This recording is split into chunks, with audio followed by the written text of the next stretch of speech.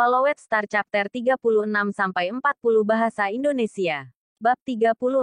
Untunglah kontrak saya memungkinkan pembelian pertama saya mengabaikan batasan peringkat kontribusi. Luo Feng merasakan jantungnya berdebar kencang. Mau bagaimana lagi? Ini adalah 100 juta dolar Cina.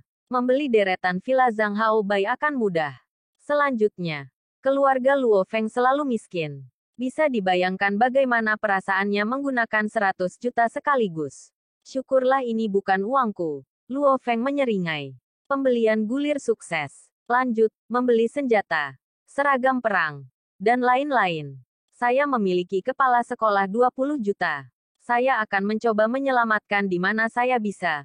Luo Feng membuka daftar senjata dan dengan cepat menemukan Ghost Blade, seri kedua. Ghost Blade 2 Series.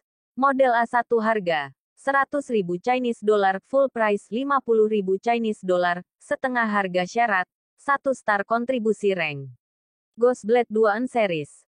Model A2 harga 500.000 Chinese dollar, harga penuh 250.000 dolar Cina, setengah harga persyaratan, peringkat kontribusi bintang 1. Titik titik titik titik titik titik. Titik titik titik titik titik titik titik titik titik titik titik titik. Seri kedua. Model A5 harga 6 juta dolar Cina, harga penuh 3 juta dolar Cina, persyaratan setengah harga, peringkat kontribusi bintang 1. Titik titik titik titik titik titik. Luo Feng melihat dengan hati-hati pada deskripsi model dan tidak bisa menahan untuk tidak mengerutkan kening. Kekuatan saya meningkat dengan kecepatan tinggi sekarang. Saya yakin bahwa tingkat kebugaran tubuh saya akan segera naik ke batas prajurit tingkat lanjut. Sejak saya membeli senjata, saya harus mencoba untuk membeli yang bagus. Petik 2. Jika itu adalah prajurit tingkat menengah biasa, dia bisa membeli model A2 atau A3. Anda hanya perlu mendonasikan 10.000 dolar untuk mendapatkan 1 poin kontribusi. Yang disebut 1 poin kontribusi adalah untuk membedakan antara petarung dari dojo Anda sendiri dan dari luar.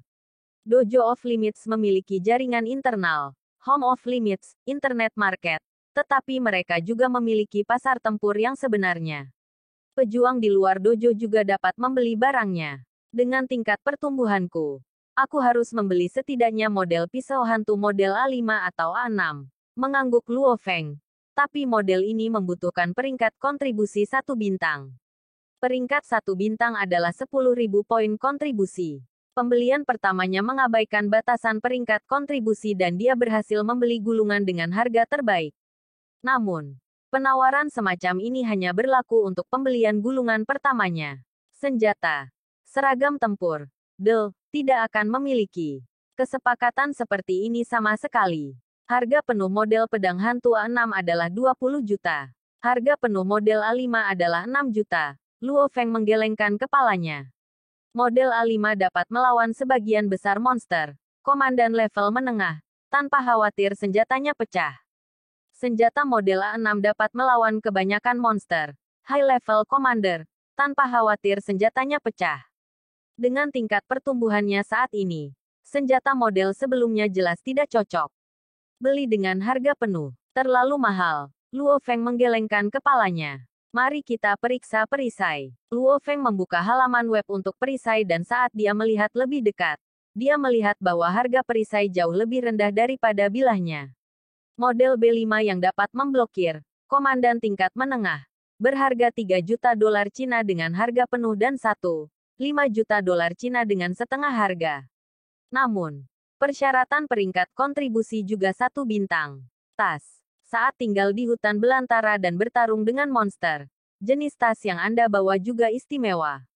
Pertama, tas itu sendiri harus berkualitas tinggi, dan tidak boleh menghalangi pergerakan petarung saat dia bertarung dengan monster. Tas termurah hanya membutuhkan 1 poin kontribusi. Yang lebih baik hanya 10.000 dolar. Luo Feng tersenyum. Jam tangan komunikasi taktis punya waktu.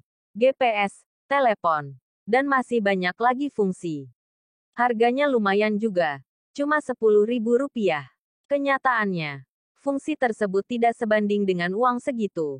Di pasaran saat ini, telepon yang harganya beberapa ratus dolar juga dapat melakukan panggilan, menunjukkan waktu, dan memiliki sistem GPS yang terpasang di dalamnya. Satu-satunya alasan harganya $10.000 adalah karena bahan pembuatnya mahal. Saat bertarung dengan monster, cakar mereka mungkin menyentuh arloji. Jam tangan itu harus cukup kokoh untuk menahan serangan monster. Jadi bagaimana bisa murah? Aku sudah memeriksa pedang, perisai, arloji, dan tasnya. Sekarang hanya ada satu yang tersisa. Seragam pertempuran termasuk sepatu bot. Luo Feng sudah mendengar bahwa seragam pertempuran adalah perlengkapan paling mahal di petarung. Karena tidak hanya pertahanannya harus bagus, tetapi juga harus nyaman dan tidak menghalangi sang petarung mengelak. Luo Feng membukanya untuk melihat. Suci, begitu mahal. Luo Feng tercengang. Meskipun itu adalah seragam pertempuran edisi D5 yang mencakup penyangga dan sepatu bot sebagai satu set dan dapat menangkis komandan tingkat menengah. Harga penuh adalah 18 juta dolar Cina. Dan setengahnya adalah 9 juta.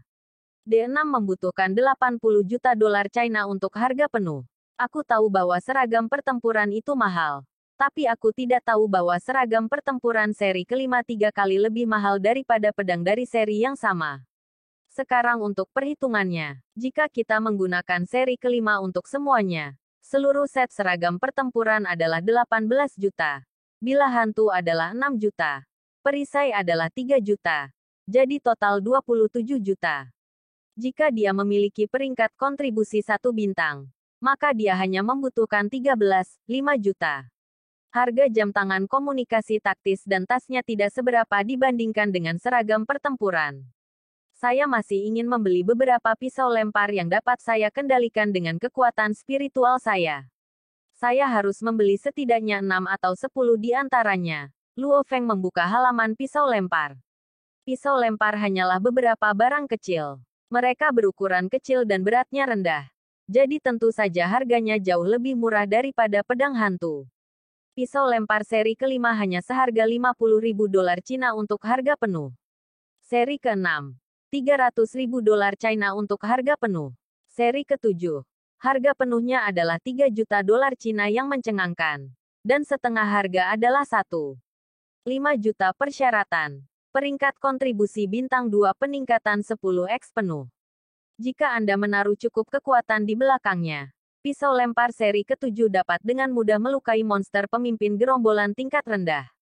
Perbedaan antara komandan dan pemimpin gerombolan sangat besar. Tetapi siapa yang tahu bahwa harga senjata akan memiliki perbedaan yang sangat besar juga.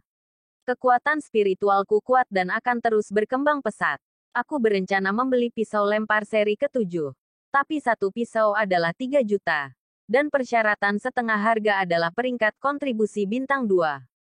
Jika aku membeli 5 atau 6, itu sudah lebih dari 10 juta. Petik 2. Bagaimana saya bisa membelinya? Uang ini bahkan tidak cukup sama sekali. Luo Feng berpikir bahwa kepala sekolah 20 juta dolar itu banyak. Tetapi dia menyadari bahwa peralatan seorang pejuang itu sangat mahal. Apa yang Luo Feng tidak tahu adalah bahwa harganya sama sekali tidak masuk akal. Monster level pemimpin gerombolan bahkan tidak bisa dibunuh dengan peluru kendali. Agar pisau lempar dapat menusuknya, orang dapat menebak seberapa tinggi kualitas pisau itu. Satu pisau seharga 3 juta itu masuk akal. Ketika petarung mengeluarkan uang untuk membeli peralatan mereka, mereka harus mengeluarkan banyak uang. Namun, mereka juga mendapatkan banyak uang saat berburu monster. Sayangnya, Luo Feng belum mulai menghasilkan uang. Sekitar jam 10 pagi di hari kedua, sektor Mingyue, orang asing datang ke taman villa Luo Feng. Tuan, Luo Feng, ini gulungan yang Anda beli.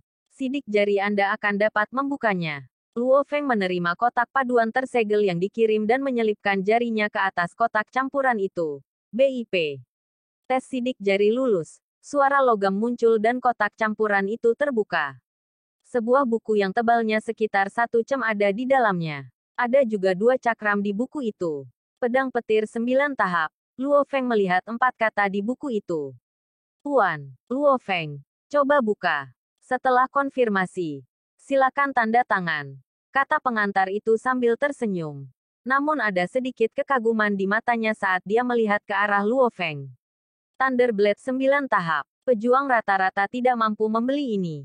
Tuan Luo Feng, saya yakin Anda tahu tentang pantangan yang menyertai pembelian Anda. Pengantar itu tersenyum. Menurut aturan, aku akan mengatakannya. Titik titik titik titik titik. Kepemilikan gulungan tersebut jatuh ke tangan pembuat gulungan tersebut. 9 tahap pedang petir adalah hak cipta dari Dewa Petir. Orang yang telah membelinya hanya memiliki hak untuk mempelajarinya, tetapi bukan hak untuk mengajarkannya. Anda tidak diperbolehkan menyalin dan menjualnya atau mengajarkannya secara pribadi. Jika seseorang melanggar aturan, Dojo of Limits, Thunder Dojo, aliansi bawah tanah, dan pemerintah akan bekerja sama untuk memburu mereka. Petik 2. Luo Feng mengangguk. Tentu saja dia tahu aturan ini. Setelah konfirmasi, pengantar barang pergi.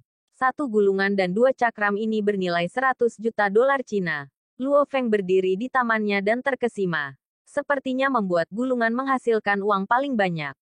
Misalnya, jika lebih banyak orang membeli Dewa Petir 9 tahap Guntur Blade, kemudian dia mendapatkan lebih banyak uang. Setelah menghitung sedikit, tidak sulit untuk mengetahui berapa banyak uang yang dihasilkan Dewa Petir. Namun demikian, bagi Dewa Petir, pencipta Dojo Petir, uang mungkin tidak terlalu berarti baginya. Tepat ketika Luo Feng hendak memasuki rumahnya dengan gulungannya, Luo Feng, sebuah suara muncul. Luo Feng menoleh, dan orang yang datang berkunjung adalah kepala instruktur Dojo of Limits, Wu Tong. Saya baru saja melihat petugas pengiriman di markas. Anda membeli sesuatu. Wu Tong tertawa. Ya, Luo Feng mengangguk. 9 tahap pedang guntur. Wu Tong melihat keempat kata pada gulungan di tangan Luo Feng dan terkejut. Kamu benar-benar mampu membeli ini. Gulungan dikontrol dengan ketat oleh semua kekuatan besar di bumi. Uang yang saya habiskan bukanlah uang saya. Luo Feng tertawa dan secara acak berkata. Namun, saya menemukan bahwa saya benar-benar tidak punya cukup uang untuk dibelanjakan. Pedang.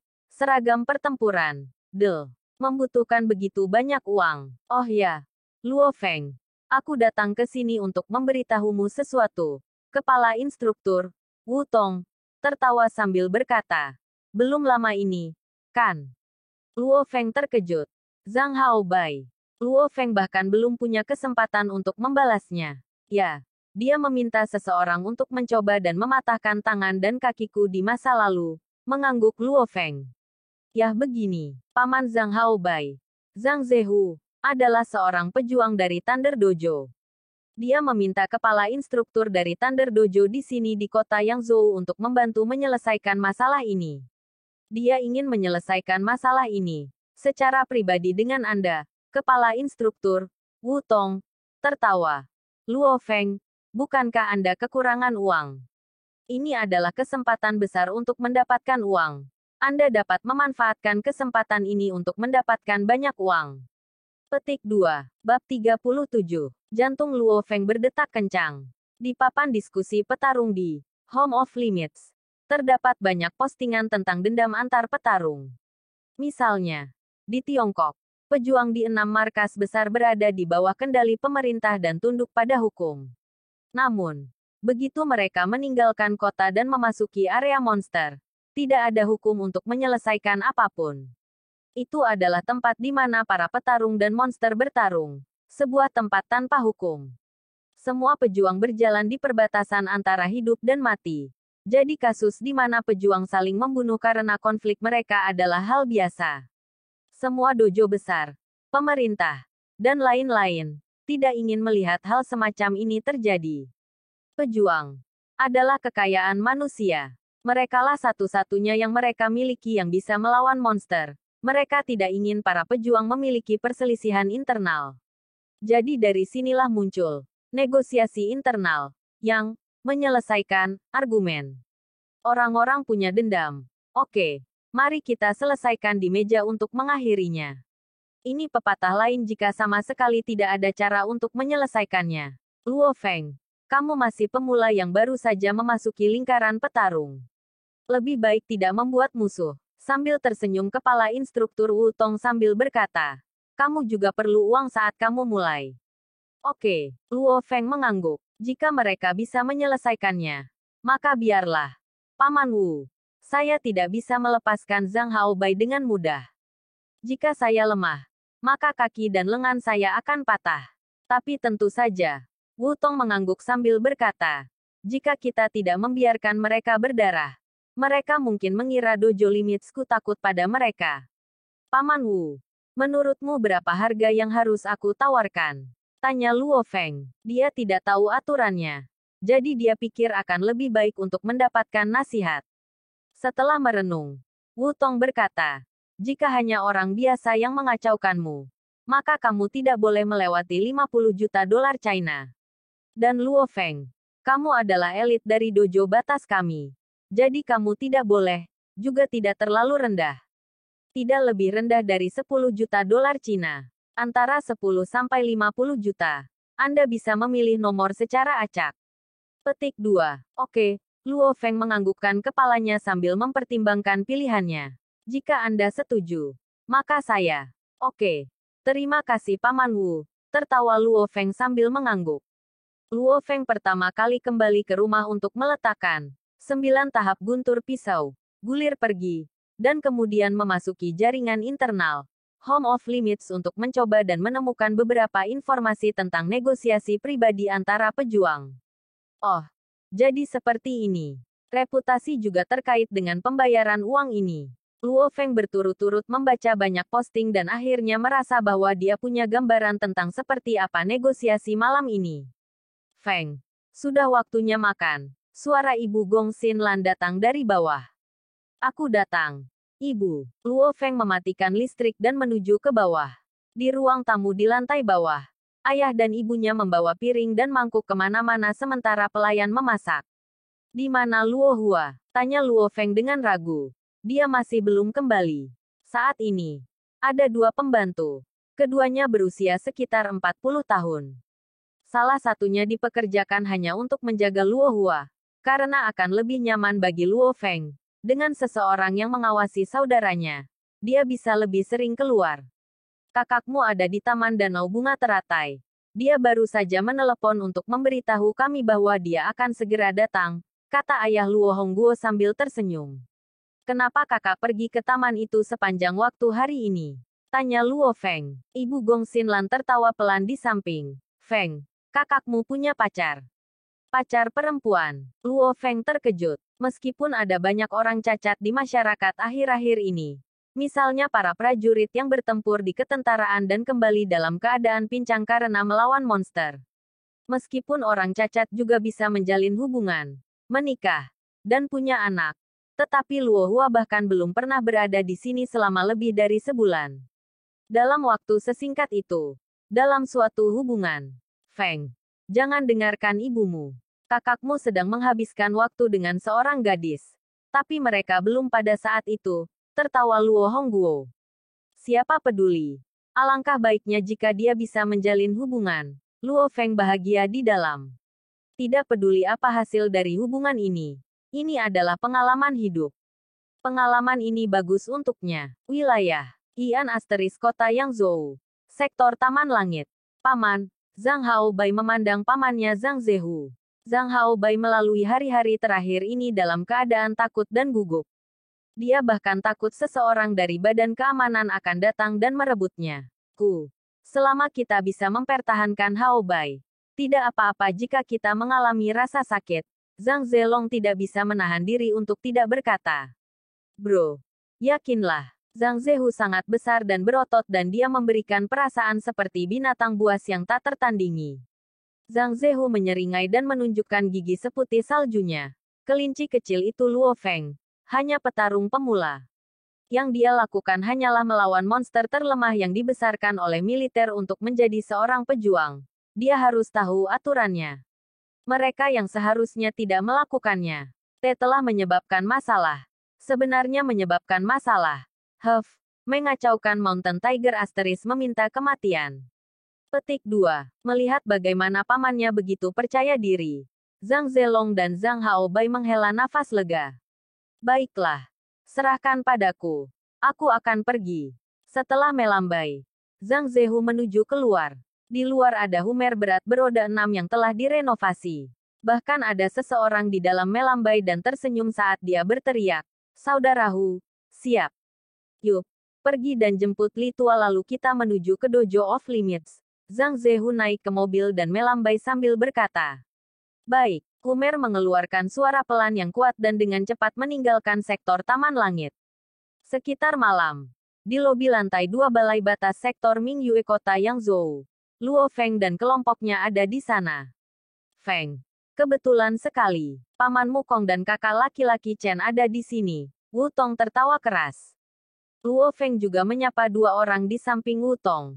Salah satu dari mereka tampak sangat kurus dan memiliki bekas luka di wajahnya yang terlihat seperti memotong wajahnya menjadi dua. Hanya dengan melihatnya saja sudah membuat Anda takut. Pria satunya adalah pria kekar yang terlihat antusias hanya dengan melihatnya. "Saudara Chen, Paman Kong," teriak Luo Feng. Kedua orang ini bukanlah orang biasa.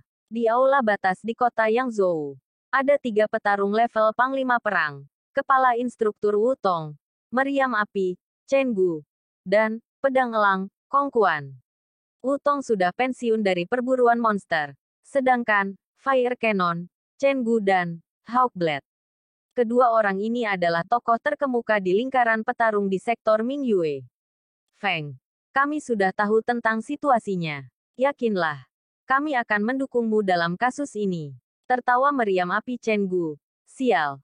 Tidak peduli seberapa sombong orang-orang dojo guntur ini. Mereka tidak akan mengganggu kita." "Ya." Hawkblade Kong Quan sedikit mengangguk. Sesaat kemudian, orang-orang dari dojo batas dan dojo guntur duduk di sisi masing-masing di lobi. Setidaknya ada 20 orang di sisi dojo off limits sementara hanya ada 8 orang di dojo guntur. "Wu Tong. Dalam hal ini memang kesalahan keponakanku." Seorang brute besar tertawa keras sambil berkata, "Tapi keponakan itu hanyalah anak kecil. Apa yang dia pahami? Dan dia hanyalah orang biasa. Bahkan bukan seorang pejuang. Jadi tidak perlu memperdebatkan hal-hal sepele seperti itu." "Li Tua, jangan membawa hal-hal yang tidak berguna itu," tertawa Wu Tong sambil menggelengkan kepalanya. "Tidak peduli betapa tidak yakinnya kita tentang kasus ini. Kalian datang ke sini untuk bernegosiasikan. Mountain Tiger, katakan sesuatu."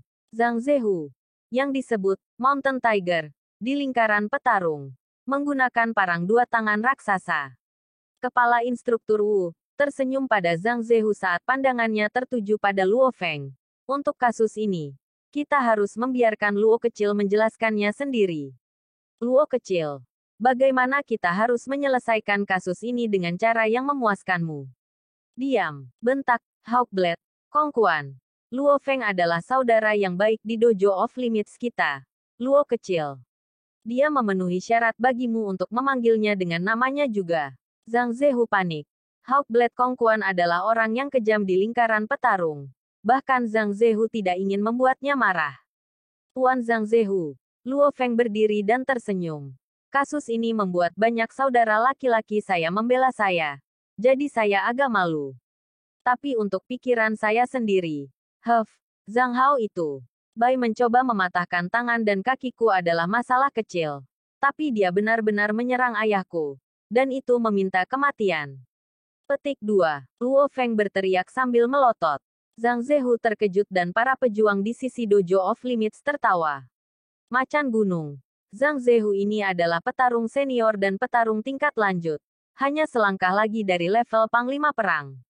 Luo Feng benar-benar berani memelototinya dengan sikap seperti itu, yang membuat para pejuang di sisi dojo batas memahami keberaniannya. Luo Feng. Jadi apa yang ingin kamu lakukan? Bicaralah." Zhang Zehu tidak senang dan berwajah buruk. Kemarahan Zhang Zehu. Dia benar-benar tidak peduli tentang itu. Hanya berbicara tentang saat ini. Tingkat kebugaran tubuh Luo Feng sudah tinggi untuk seorang pejuang menengah. Jadi dia mendekati tingkat prajurit tingkat lanjut. Dan dengan kekuatan spiritualnya ditambahkan di sana, dia setidaknya sudah menjadi level Panglima Perang Pemula. Satu kalimat. 50 juta dolar China. Aku, Luo Feng, akan memberimu beberapa wajah. Dan kita bisa membatalkan kasus ini. Luo Feng tersenyum. "Mulutmu besar sekali. 50 juta. Memelototi Zhang Zehu. Harga ini mahal." Cemberut kepala instruktur guntur dojo, Li. Luo Feng hanya tersenyum dan tidak mengatakan apa-apa. "Harganya tidak mahal. kata instruktur kepala Dojo of Limits, Wu Tong, sambil tersenyum. Luo Feng, aku akan memberimu harga 5 juta. Aku akan memberimu 5 juta dan kami akan membatalkan kasus ini dan itu akan tetap memberiku beberapa wajah. Atau kau tidak memberiku. Zhang Zehu. Wajah apa saja? Zhang Zehu menatap Luo Feng. 5 juta. Orang-orang di sisi Dojo of Limits mengerutkan kening. Bahkan jika Anda mencoba untuk menunjukkan wajah, Fire Cannon, Chen Gu dan Hawk Blade, Kong Quan, Anda tidak boleh menawarkan harga yang rendah. Jika harganya terlalu rendah, Anda tidak memberikan muka apapun. Atau aku tidak akan memberimu wajah apapun. Luo Feng melotot. Zhang Zehu, izinkan saya mengatakan sesuatu juga. 50 juta. Tidak kurang. Jika Anda bahkan mendapat diskon $1, maka bersiaplah untuk bertemu keponakan Anda di Badan Keamanan. Bab 38. Zhang Zehu sangat marah. Dia tidak berpikir bahwa Luo Feng pemula ini tidak akan meninggalkan wajahnya sama sekali. 50 juta. Tidak kurang. Zhang Zehu memelototi seperti hendak memakan seseorang. Tapi Luo Feng tidak peduli. Dia membaca banyak posting di Limit Home tentang ini dan tahu bahwa siapapun yang menundukkan kepala terlebih dahulu akan mengakui kekalahan. Dan dalam situasi seperti ini, secara teknis, jika dua orang berada pada posisi yang sama, pihak yang melakukan kesalahan harus meminta maaf. Namun Zhang Zehu tegas, jelas memanfaatkan status Luo Feng sebagai pemula. Namun demikian, Luo Feng tidak terpengaruh. Oke, dengarkan aku, Kepala Instruktur Dojo of Limits Wu Tong berkata. Luo Feng dan Mountain Tiger. Kalian berdua mundur, 30 juta dolar China. Zhang Zehu. 30 juta tidak terlalu banyak untukmu. Keluarkan jumlah itu dan kami akan membatalkannya. Luo Feng. Kamu tidak keberatan. Luo Feng mengangguk. Kami akan melakukan seperti yang dikatakan Paman Wu. Macan gunung. Kamu. Wu Tong melihat ke arah Zhang Zehu.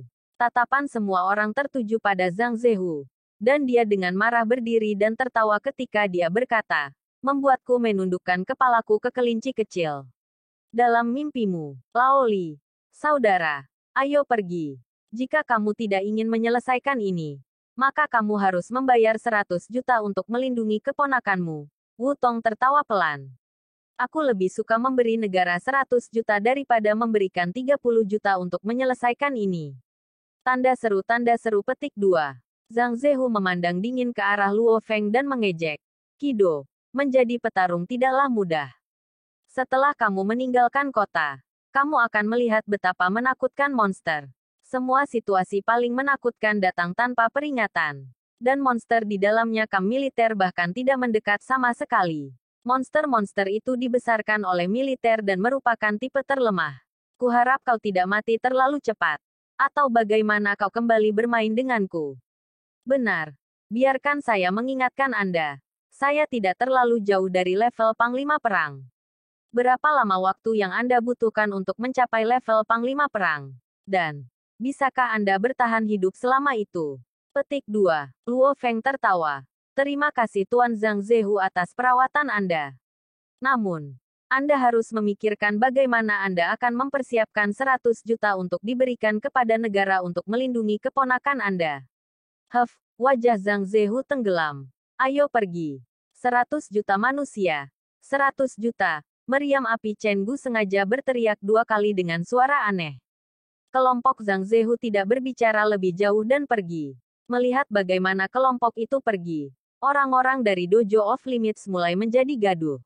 Emosi Zhang Zehu ini persis seperti rumor yang dikatakan, sangat buruk sehingga tak terlukiskan. Ini jelas kesalahan keponakannya dan dia masih menolak untuk menundukkan kepalanya. Wu Tong tertawa sambil menggelengkan kepalanya. Dojo memiliki poin kontribusi. Dan negara memiliki poin kontribusi juga. Mereka yang telah berkontribusi pada negara menerima poin kontribusi tergantung pada apa yang telah mereka lakukan. 10.000 poin adalah peringkat 1 bintang. 100.000 poin adalah peringkat 2 bintang. Yang sama dengan sistem Dojo of Limits. Tahun di mana seorang pria, Dong Nan Bao, menyelamatkan ribuan warga sipil dengan membunuh naga kepala macan diberi medali pahlawan bintang 4. Sama seperti bagaimana Anda bisa menyumbang ke dojo untuk mendapatkan poin kontribusi. Anda juga bisa menyumbang ke negara untuk mendapatkan poin kontribusi. 10.000 dolar Cina adalah salah satu poin kontribusi. 100 juta dolar Cina adalah 10.000 poin kontribusi, yang merupakan peringkat 1 bintang. Jika Zhang Zehu tidak ingin bernegosiasi dengan Luo Feng, maka satu-satunya solusi yang tersisa adalah menyumbangkan 100 juta ke negara untuk keponakannya dan membiarkan keponakannya mendapatkan peringkat 1 bintang. Sebagai warga sipil peringkat 1 bintang, Zhang Haobai diberikan hak khusus. Dia tidak bisa masuk penjara terlalu lama hanya karena konflik antara dia dan Luo Feng. Bahkan jika dia memberi negara 100 juta untuk membuat keponakannya menjadi warga sipil bintang 1, seorang sipil bintang 1 masih harus masuk penjara selama 3-5 bulan karena melawan seorang pejuang dan sedikit menderita. Kata Fire Cannon Chen Gu sambil menggelengkan kepalanya. Jika dia tidak ingin menundukkan kepalanya, sepertinya dia tidak peduli karena dia punya uang. Para pejuang Dojo of Limits tertawa keras. Kepala instruktur, Luo Feng, Wu Tong tertawa. Menurut perintah Kepala Zuge, kami harus mengatur agar Anda bisa masuk ke regu tempur setingkat Panglima Perang. Dengan cara ini Anda bisa lebih mudah melatih diri di luar kota. Ini juga lebih aman. Lewat sini. Aku berbicara untukmu dan membuat persiapan untukmu untuk memasuki regu Palu Api. Pasukan Palu Api. Luo Feng mengangguk. Kepala Zugetong itu sangat menghargainya. Sejak awal, dia membiarkannya bergabung dengan regu petarung level Panglima Perang. Pasukan yang meninggalkan kota dan memasuki hutan belantara untuk berburu monster bahkan tidak memiliki tingkat keahlian. Biasanya jika sebuah tim hanya terdiri dari satu petarung level Panglima Perang, maka regu tersebut dihitung sebagai regu tingkat Panglima Perang. Meriam api, Luo Feng. Chen Gu menepuk bahu Luo Feng dan tertawa keras. Aku adalah wakil kapten regu Palu Api. Aku akan melindungimu saat kau bersamaku. Tapi Luo Feng, aku harus memadamkan kata-kata jelek dulu. Kami anggota regu Palu Api pasti akan memberimu kesempatan untuk berlatih agar bisa terbiasa berburu monster. Tapi kamu juga harus bekerja keras dan tidak bisa terus berharap bantuan dari anggota lain. Kamu tidak bisa beradaptasi setelah misi pertama. Maka kami hanya bisa mengeluarkanmu dari regu. Petik 2. Saudara Chen. Aku mengerti, Luo Feng tertawa dan mengangguk. Sebuah regu pejuang hidup di perbatasan hidup dan mati. Jika skuad memiliki beban, maka efeknya akan sangat besar. Jika kamu mengerti maka aku bisa santai. Juga. Meriam api Chen Gu tertawa ketika dia berkata, sudahkah kamu membeli semua senjata dan perlengkapanmu? Belum. Aku sedang bersiap untuk membeli beberapa senjata dan perlengkapan yang lebih berkualitas. Tapi untuk itu, aku membutuhkan peringkat kontribusi 1 bintang untuk membelinya dengan setengah harga. Luo Feng menggelengkan kepalanya tanpa harapan. Meriam api Chen Gu tiba-tiba mulai tertawa. Ini sederhana. Katakan padaku apa yang ingin kamu beli dan aku akan membelikannya untukmu. Kamu tidak memiliki poin kontribusi yang cukup. Tapi aku punya. Aku tidak jauh dari keduanya peringkat kontribusi bintang sekarang. Saya bisa membeli semuanya dengan setengah harga dan Anda bisa mentransfer uangnya ke akun saya nanti. Kan? Petik 2. Ya, kepala instruktur Wu Tong mengangguk di samping. Peralatan seperti senjata dingin atau panas dapat dibeli oleh orang lain tanpa masalah. Tentu saja, hal-hal seperti gulungan tidak dapat dibeli oleh orang lain untuk Anda. Luo Feng mengangguk. Ini dia tahu. Misalnya Nine Stage Thunderblade yang dia beli akan muncul di database Dojo of Limits. Underground Alliance. Thunder Dojo. Sebagai. Luo Feng telah membeli 3 tahap pertama dari Nine Stage Thunderblade. Dengan begitu, Luo Feng dapat menggunakan pedang guntur 9 tahap tanpa masalah. Namun, jika Yang Wu dapat menggunakan Nine Stage Thunderblade, maka setelah dia tertangkap, dia akan ditangkap. Karena itu dianggap sebagai menyalin dan menyebarkan gulungan 9 tahap Thunderblade. Jika Anda tidak membelinya, Anda tidak berhak mempraktikkannya. Jika Anda membiarkan orang lain membeli sesuatu untuk Anda, database akan menampilkannya. Karena tidak ada informasi tentang Anda membeli gulungan, Anda tidak dapat mempraktikkannya bahkan jika Anda mendapatkannya. Namun, Senjata dan peralatan tidak memiliki batasan hak cipta semacam ini. Luo Feng, tuliskan semua senjata dan perlengkapan yang kamu butuhkan dan aku akan membelikannya untukmu saat aku kembali, kata Chen Gu. Oke, Luo Feng mengangguk dan segera pergi untuk menuliskannya di selembar kertas. Semua peralatan kelas 5. Harga setengah dari set seragam pertempuran adalah 9 juta. Harga setengah pedang hantu seri kedua adalah 3 juta. Perisai seri kelima adalah 5 juta. Dan 10 pisau lempar seri ke-6 harganya 5 juta. Dengan total 150 juta. Dengan tas dan jam tangan komunikasi taktisnya, Luo Feng sudah siap. Lantai 2 rumah Luo Feng di area pelatihan.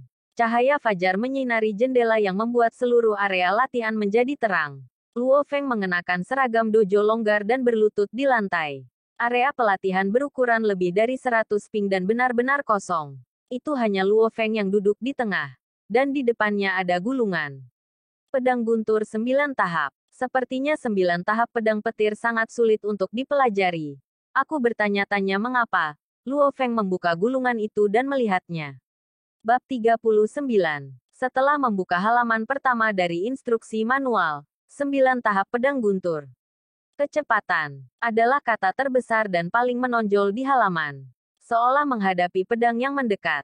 Jantung Luo Feng berdetak kencang. Manual instruksi ini hanyalah salinan dari Nine Stage Thunder Blade. Tetapi salinan tulisan tangan sudah cukup untuk membekukan Luo Feng. Dapat dibayangkan betapa mengerikannya pencipta instruksi manual. Thunderlord. Luo Feng terus membaca. Dalam semua seni bela diri, satu-satunya hal yang tidak bisa dihancurkan adalah kecepatan. Saat pedangmu semakin cepat dan mendekati batas, kamu akan menjadi tak terkalahkan. Luo Feng membalik ke halaman judul dan melihat tulisan tangan yang flamboyan. Itu sama dengan penghancur, Hong. Jurus terkuatnya juga mendekati batas kecepatan. Hanya dalam satu gerakan, langit bergetar dan bumi hancur. Tidak meninggalkan apapun di belakang. Hanya ada satu rahasia di balik pedang petir 9 tahap yang telah aku buat, kecepatan. Petik 2. Luo Feng membalik ke halaman kedua. Bagaimana kecepatan bisa memiliki kekuatan destruktif yang begitu besar?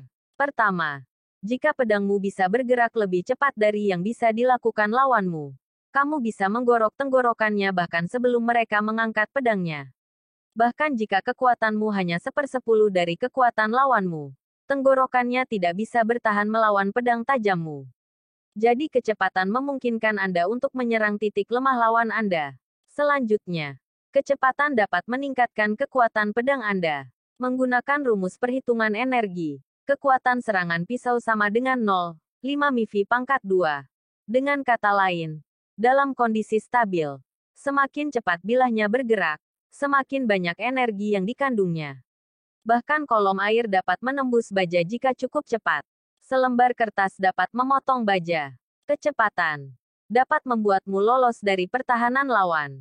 Kecepatan dapat membuat bilahmu tidak bisa dihancurkan. Entah kau melihatnya dari sudut serangan titik lemah, atau sudut peningkatan kekuatan penghancur. Cara terbaik adalah dengan meningkatkan kecepatan bilahmu. Luo Feng mengangguk saat dia membaca. Sebagian besar pejuang di masyarakat saat ini akan memahami hal ini. Hanya dengan meningkatkan kecepatan Anda sampai ekstrim Anda bisa menjadi yang terkuat. Banyak pejuang memahami hal ini. Tetapi mereka yang mampu mempraktikkan ini hanya sedikit. Kata-kata yang ditulis Dewa Petir di buku petunjuk sangat meyakinkan. 9 tahap pedang guntur yang telah saya buat memberi saya pedang tercepat di bumi. Itu juga memberi saya kecepatan tertinggi dan tubuh terkuat. Mata Luo Feng berkedip saat dia membaca. The Nine Stage Thunder Blade menggabungkan teknik kelincahan. Liu Guang Asteris. Seluruh teknik Dao Yin mengatur. Nine Stage Hun Yuan. Dan seluruh teknik Blade mengatur. Thunder Blade.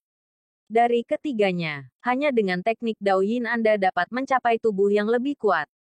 Kebugaran tubuh adalah intinya. Teknik dan ketangkasan pedang membutuhkan latihan dan pemahaman yang berkelanjutan. Luo Feng terus membalik-balik. Ada 3 volume tentang teknik Dao Yin dalam buku petunjuk ini.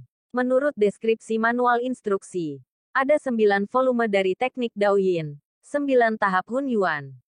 Instruksi manual ini juga hanya memiliki 3 jilid pertama dari teknik pedang dan teknik ketangkasan. Luo Feng membaca seluruh kata untuk kata. Setelah mengangkat kepalanya, sinar matahari sangat menakutkan dan matahari bulan Agustus bersinar melalui jendela, menyebabkan seluruh aula pelatihan semakin menyilaukan. Luar biasa. Luar biasa. Luo Feng benar-benar terhisap ke dalam 9 tahap pedang petir yang telah diciptakan oleh Dewa Petir. Meskipun dia hanya memiliki 3 tahap pertama, itu cukup untuk membuat Luo Feng jatuh rahang. Membandingkan tip di internet dengan instruksi manual ini seperti membandingkan kunang-kunang dengan matahari. Saya akan menguji teknik ini. Luo Feng dengan sungguh-sungguh meletakkan instruksi manual di sudut aula pelatihan dan mengeluarkan pedang hantunya. Pedang hantu mengeluarkan suara "ci" saat terhunus. Seluruh bilah hantu memiliki panjang 101 cm, panjang bilahnya 78 cm, dan lebar bilahnya 2 cm. Pisau ini diasah beberapa saat yang lalu, dan bahan utamanya adalah paduan keluo kelas 2. Bahkan dengan setengah harga, pisau ini berharga 3 juta, dan berat 112 kg. Mulailah. Luo Feng sepertinya hanya berdiri diam di tengah-tengah aula pelatihan, tetapi pedang hantu di tangannya terus melambai. Teknik 9 tahap Thunder Blade mengandalkan cara khusus untuk mengerahkan kekuatan. Ketika orang biasa mengayunkan pedangnya, bisa dibilang mereka menggunakan 100% kekuatannya. Namun dalam pelatihan, 9 tahap guntur pisau, hanya 70% dari kekuatannya yang digunakan dalam mengayun. Setelah melepaskan tahap pertama serangan mereka akan memaksa diri untuk melepaskan tahap lain, juga dengan 70% kekuatan mereka. 2 dari tahap ini dijumlahkan sama dengan 140% kekuatan. Pedang petir 9 tahap memiliki 9 tahap. Di tahap pertama, Anda dapat melepaskan tahap lain, yaitu 140% dari kekuatan. Di tahap kedua, Anda dapat melepaskan 2 tahap lagi, yaitu 210% dari kekuatan. Di tahap ketiga, Anda dapat melepaskan 3 tahap lagi, yaitu 280% dari kekuatan. Di tahap ke-9, Anda dapat melepaskan 9 tahap lagi, yang merupakan 720% dari kekuatan. Yang 7 kali kekuatan biasa Anda. Ini mewakili apa? Itu berarti bahwa jika seorang pejuang pemula mampu belajar sampai tahap ke-9 dari Nine Stage Thunder Blade, maka pada dasarnya dia dapat menyaingi seorang panglima perang pemula. Sangat sulit. Seperti rumor yang mengatakan, pelatihan 9 tahap Thunder Blade ini sangat sulit. Bahkan bagian pengantar pun sangat sulit. Luo Feng terus mengayunkan pedangnya ratusan kali. Dengan setiap ayunan, dia mencoba membangun di atas dasar-dasar ayunan dan melepaskan tahap kedua ayunannya. Namun, dia tidak dapat melakukannya. Terlalu sulit.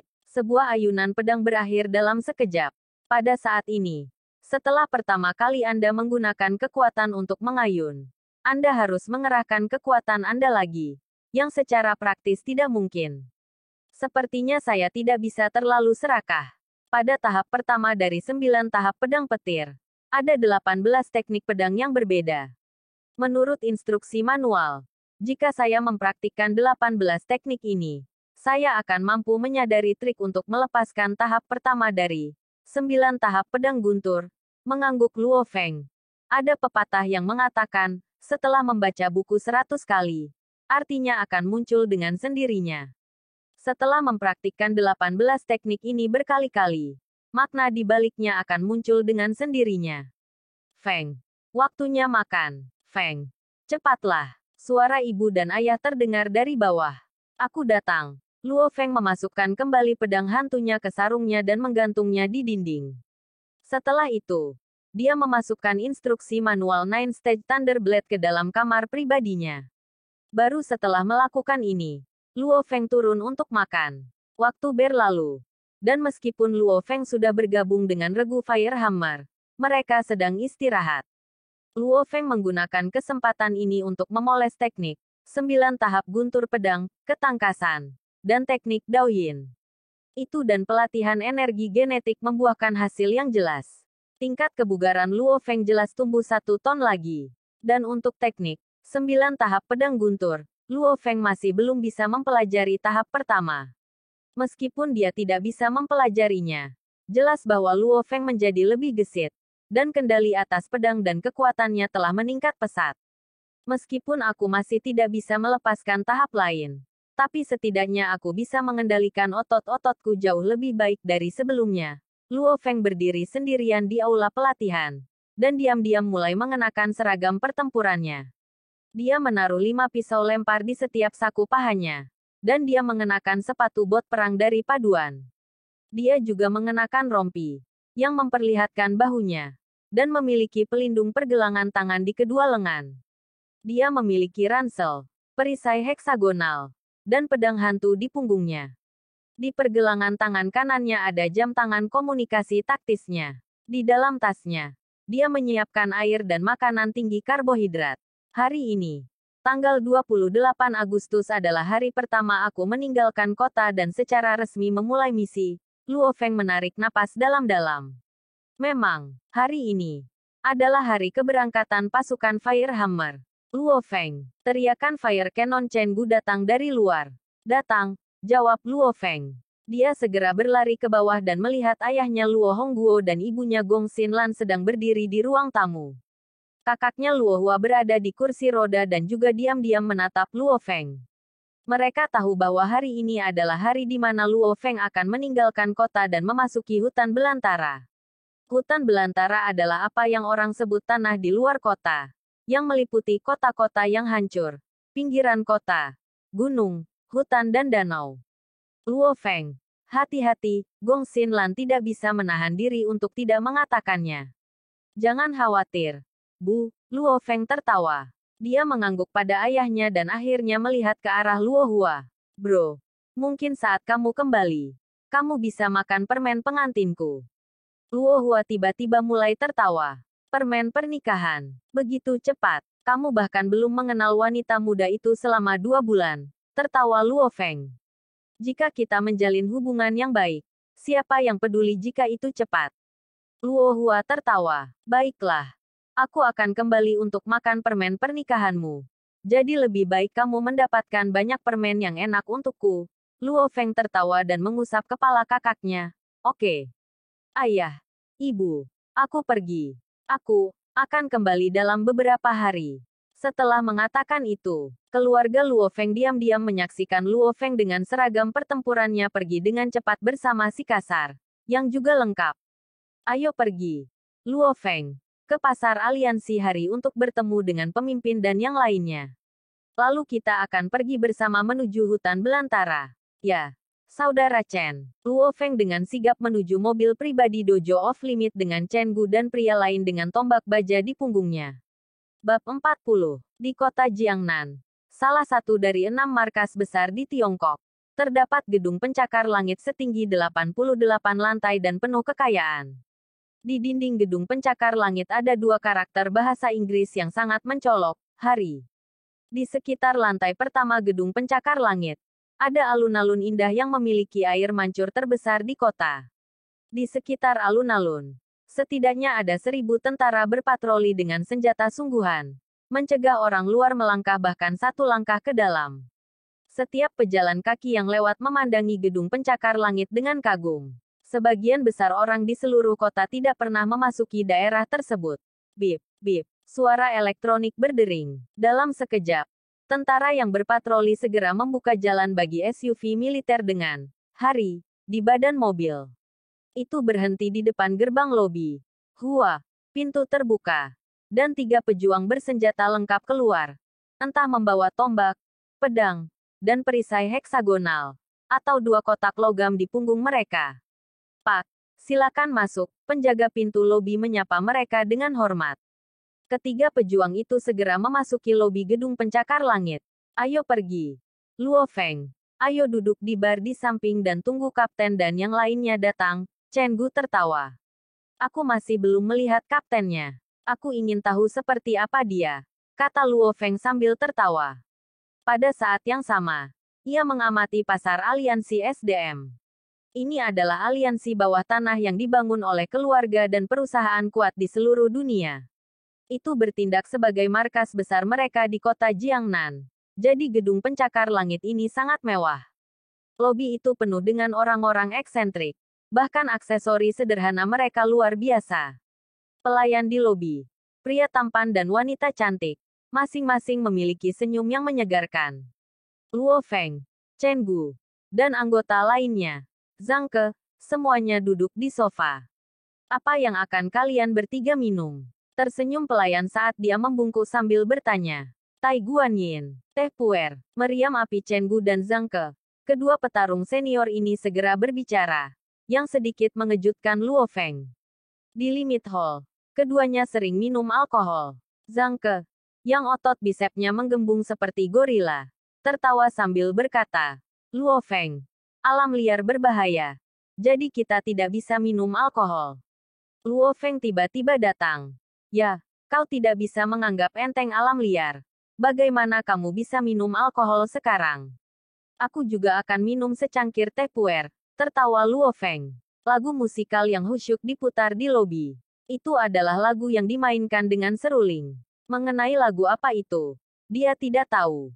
Namun, lagunya menenangkan, sekaligus memberi energi. Itu membuat seseorang merasa jauh lebih segar. Luo Feng. Lantai pertama adalah tempat istirahat untuk para tamu. Dari lantai 2 ke atas, disitulah barang-barang dijual. Chen Gu tersenyum. Dalam aliansi bawah tanah, harga lebih rendah dari harga penuh barang-barang di batasi pasar internet home. Tentu saja, harganya lebih dari setengah harga kami. Petik 2. Luo Feng mengangguk. Setengah harga adalah sesuatu yang hanya bisa dinikmati oleh anggota dojo. Hal terbaik tentang pasar aliansi bawah tanah adalah, kita bisa menjual bahan yang kita peroleh dari monster dengan harga tinggi kepada mereka.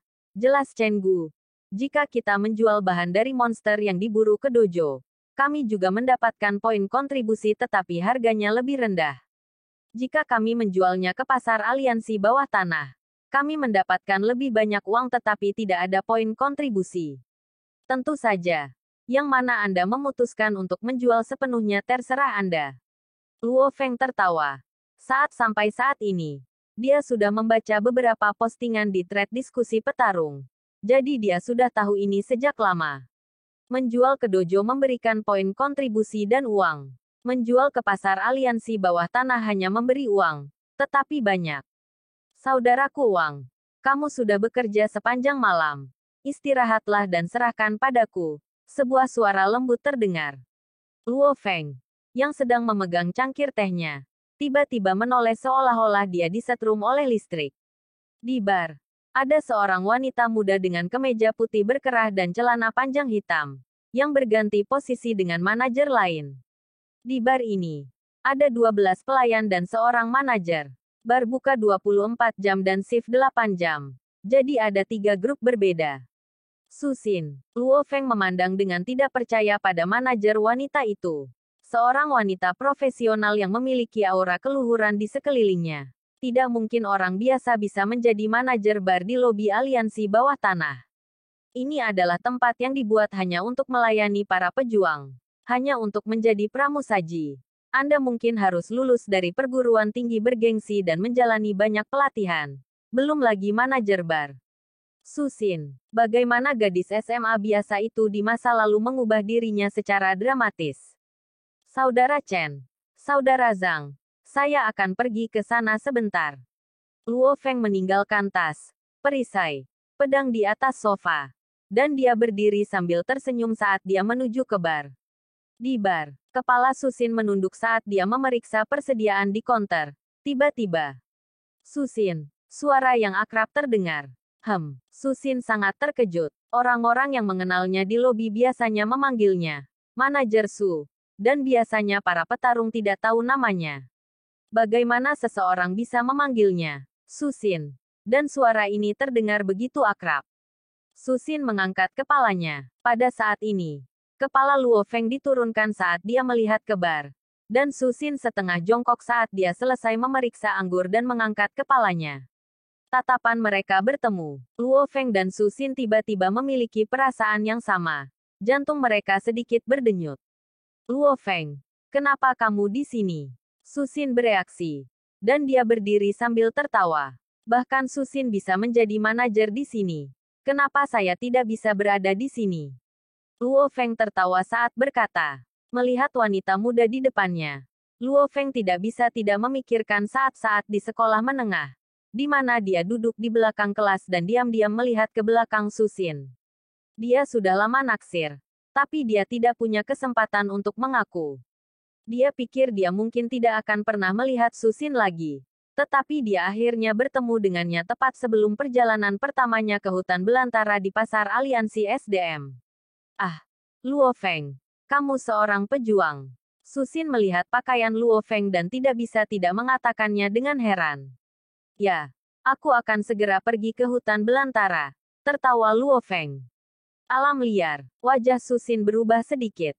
Di seluruh dunia, area selain kota disebut padang gurun. Bagi orang-orang yang tinggal di kota, hutan belantara pada dasarnya adalah pengganti area terlarang kematian.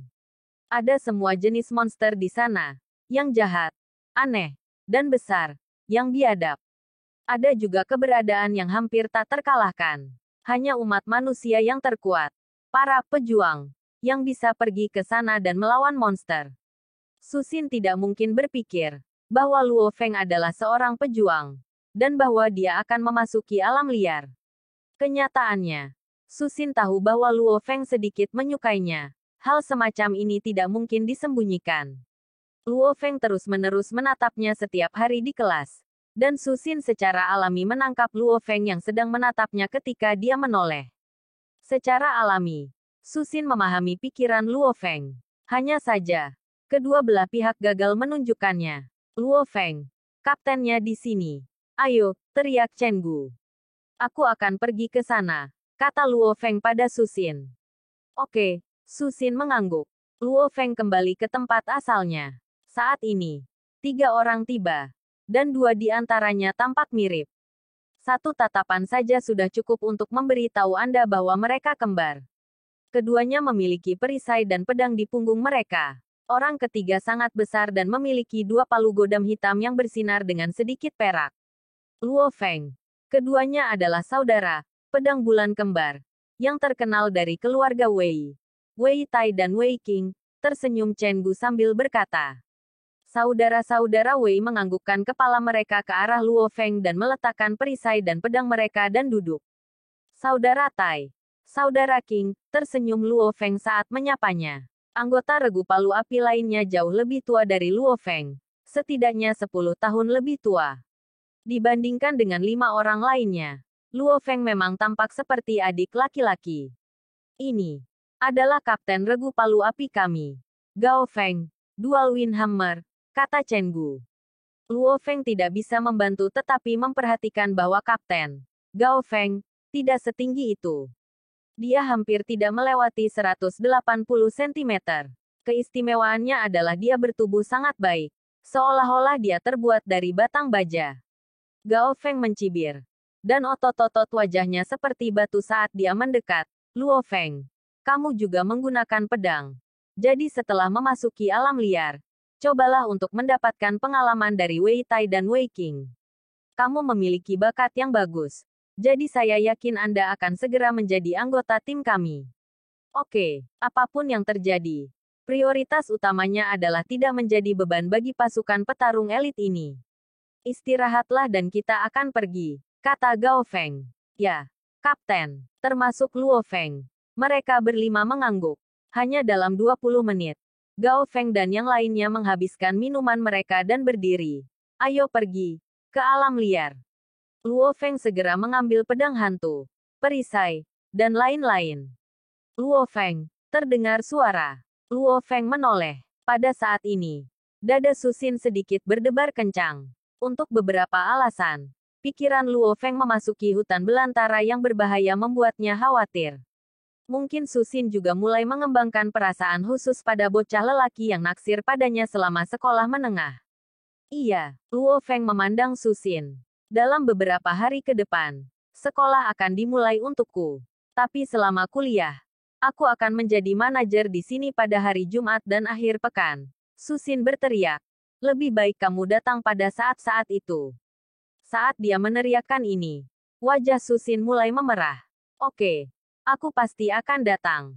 Luo Feng tersenyum. Kau mengambilnya begitu cepat. Bagus. Chen Gu menepuk bahu Luo Feng sambil tertawa keras. Inilah salah satu keuntungan menjadi muda. Semua wanita cantik menempel padamu. Gao Feng tertawa di samping. Karena dia sudah memutuskan untuk membiarkan Luo Feng bergabung dengan regu palu api. Tentu saja mereka akan memperlakukannya sebagai saudara. Luo Feng hanya tertawa. Ayo pergi. Masuk ke mobil. Keenam anggota tim Fire Squad naik mobil pribadi aliansi hari dan menuju ke stasiun kereta, di mana mereka akan naik kereta menuju hutan belantara.